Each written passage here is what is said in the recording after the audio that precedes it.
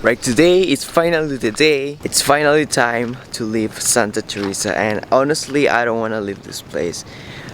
You guys saw like 2 days of content of Santa Teresa, but I was staying in this place for almost 6 days straight. I was supposed to leave 3 days ago. I didn't leave because I don't know, I just like got caught into the place. Everything was so beautiful, a lot of friends, a lot of people that I really connected to, and I just didn't want to leave. And I think that's the magic of Santa Teresa. It grabs you and makes you stay here, and maybe that's the reason why there is so many people living here from other countries.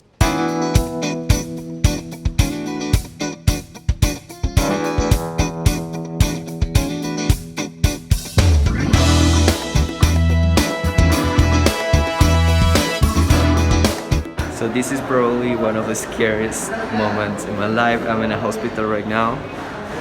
I have no illness, nothing like that, but I need to get the yellow fever vaccines, and I'm terrified about needles. It's like my biggest fear in life, needles. I hate needles. I'm so scared about needles, and I'm about to get a vaccine right now. That's a baby crying.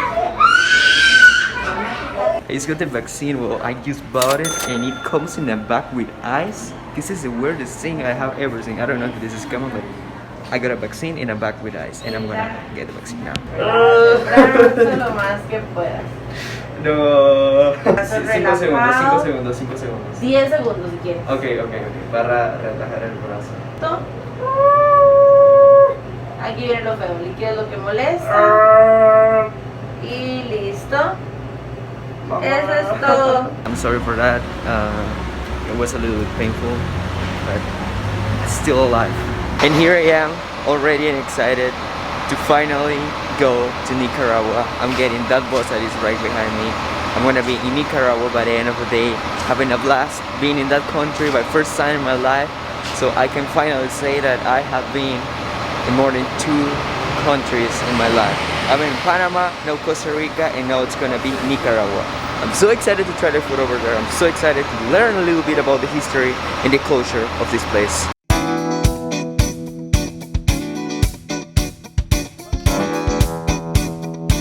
Right, here we are. I'm not in Nicaragua yet. This is just one of these little stops that the bus does, so you can go to the bathroom and buy some stuff. I'm still far away. I think this is gonna be the longest trip in a bus that I have ever made. This one is gonna be like somewhere between 8 to 12 hours. It's gonna be like 11 hours, I'm pretty sure. So I'm leaving Costa Rica today, and I still trying food from Costa Rica that I haven't tried during the entire trip. I have like 2 weeks here, and I haven't tried this yet. Look at this thing. It's a ripe baked plantain, and it has cheese in the inside.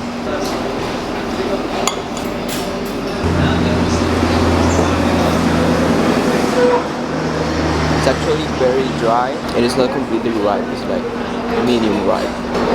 It's not my favorite, I have to say.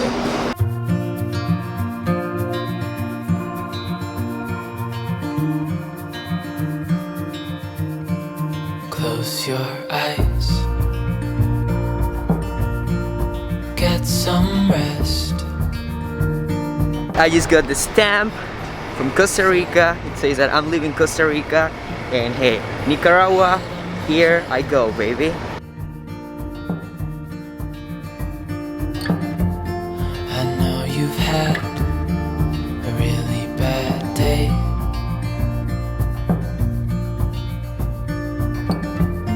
but I'm right here, it's gonna be okay.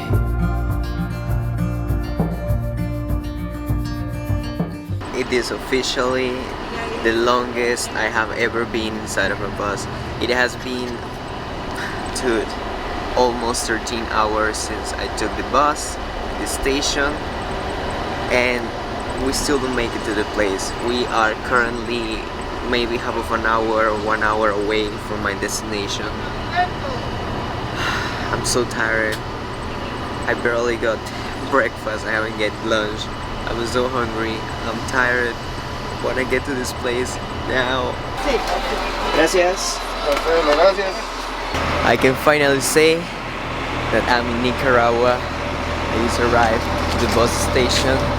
The bus is right there, still waiting for my luggage to come to me so I can continue with my travel.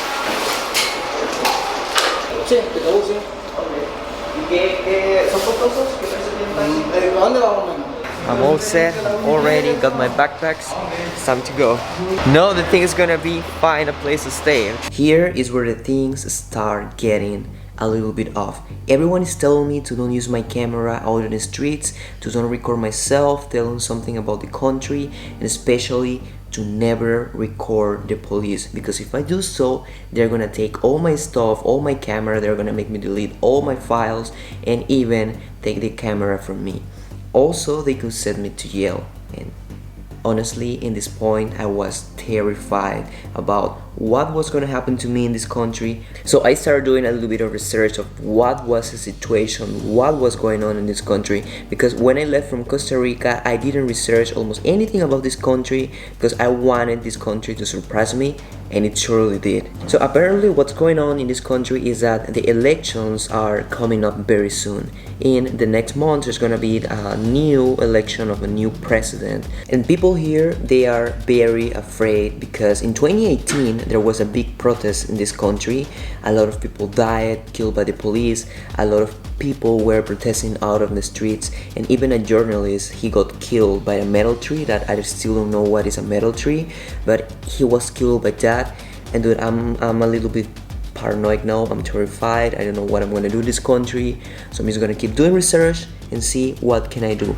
I'm working in getting permits for my camera, I'm working in getting permits for my drone, but I don't think I will get them. And the reason why I think I'm not gonna get those permits is because the people who give the permits, they are the ones who are involved in the political part and all the things that are going now. So I don't think they're gonna give me a permission to record something in their country that could maybe affect them. Of course, I'm not gonna do something bad in the country, but I don't think I'm gonna get those permits, so I'm just gonna go commando. And by commando, I mean with no permissions, risking everything. But dude, just the fact of being alive is a risk, and I love risks, I love adventure, so here we go.